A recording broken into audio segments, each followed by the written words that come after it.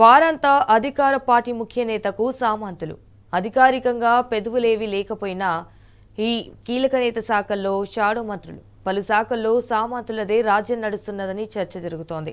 ప్రతి దానికో rate fix చేసి కోట్లు కొల్లగొడుతున్నారన్న ఆరోపణలు వస్తున్నాయి. ఏ ఫైలు కదలాలన్నా షాడో మంత్రుల అనుమతి తప్పనిసరి అని అధికారులే బహిరంగంగా చర్చించుకుంటున్నారు.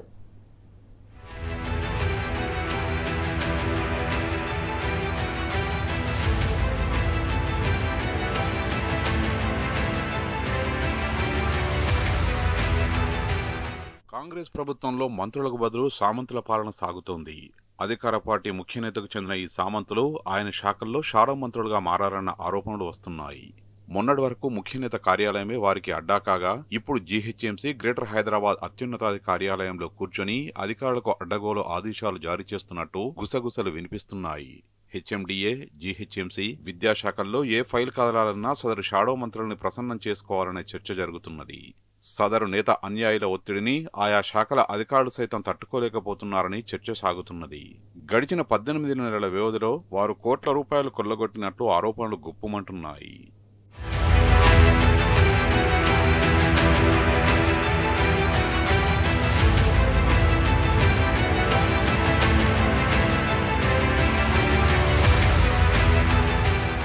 అందాల పోటీలతో వార్తల్లోకి ఎక్కిన ముఖ్య నేత అనుచరుడు షాడో మంత్రిగా చక్రం తిప్పుతున్నట్లు మున్సిపల్ అండ్ అర్బన్ డెవలప్మెంట్ శాఖలో గుసగుసలు వినిపిస్తున్నాయి. హెచ్ఎండిఏ, జీహెచ్ఎంసీ, హైడ్రా తదితర విభాగాల్లో ఏ చిన్న పని కావాలన్నా ఆయన ఆమోదించాల్సిందేనని ప్రచారం సాగుతున్నది. లేఅవుట్లు, డీటీసీపీ, భవన నిర్మాణం, రెరా అనుమతులు ఇలా ఏవి కావాలన్నా సదరు షాడో మంత్రిని సంప్రదించాల్సి వస్తున్నదని అధికార పార్టీ నేతలే వాపోతున్నారట. తన సామాజిక వర్గానికే చెందిన కీలక అధికారికి పోస్టింగ్ ఇప్పించుకొని ఆయన ద్వారా వ్యవహారాలు చక్కదిద్దుతున్నట్టు హెచ్ఎండిఏ వర్గాలు చెబుతున్నాయి. రాష్ట్రంలోని కొన్ని కీలక శాఖలకు అధిపతులుగా తమవారికే పోస్టింగ్లు ఇప్పించి వారితో అక్రమ వ్యవహారాలు చక్కబెడుతున్నట్లు సమాచారం.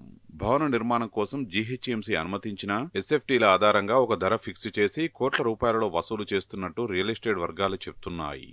పార్టీ నాయకులు, రియల్టర్లు, బిజినెస్ మెన్లు ఇలా ఎవరికి ఏ అవసరం ఉన్నా రేట్ ఫిక్స్ చేసి వసూలు చేస్తున్నారని ఆయా శాఖల అధికారులు చెప్పుకుంటున్నారు. షాడో మంత్రి ఆగడాలు రోజురోజుకు శృతిమించిపోతున్నాయని ఈ వసూళ్ల వ్యవహారంపై ఇటీవల పార్టీ అధినాయకత్వానికి కొందరు వ్యాపారులు ఫిర్యాదు చేయడం గమనార్హం.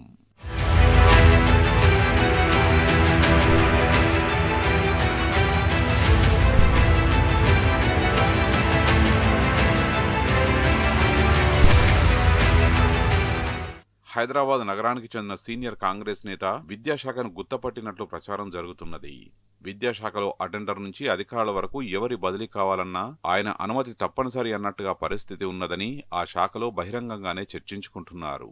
ప్రైవేటు కాలేజీలు, ఇంజనీరింగ్ కళాశాలలకు అనుమతులు కావాలంటే షాడో మంత్రిగా మారిన ఆయన్ను ప్రసన్నం చేసుకుంటేనే ఫైళ్లు ముందుకు కదులుతాయని ప్రచారం జరుగుతున్నది. ఒకవేళ ఆయన ససేమిరా అంటే అత్యున్నత స్థాయిలో ప్రయత్నించినా ఫలితం లేదన్నది ఆ ప్రచార సారాంశం. రాష్ట్రంలో ఇటీవల 5 ప్రైవేటు డీమ్డ్ యూనివర్సిటీల ఏర్పాటుకు ప్రతిపాదనలు పంపినట్టు వార్తలు వెలువడ్డాయి.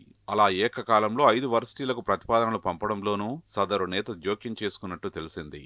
అయితే ఈ వ్యవహారంలో కోట్ల రూపాయలు చేతులు మారినట్టు విద్యాశాఖలో విస్తృతంగా ప్రచారం జరుగుతున్నది.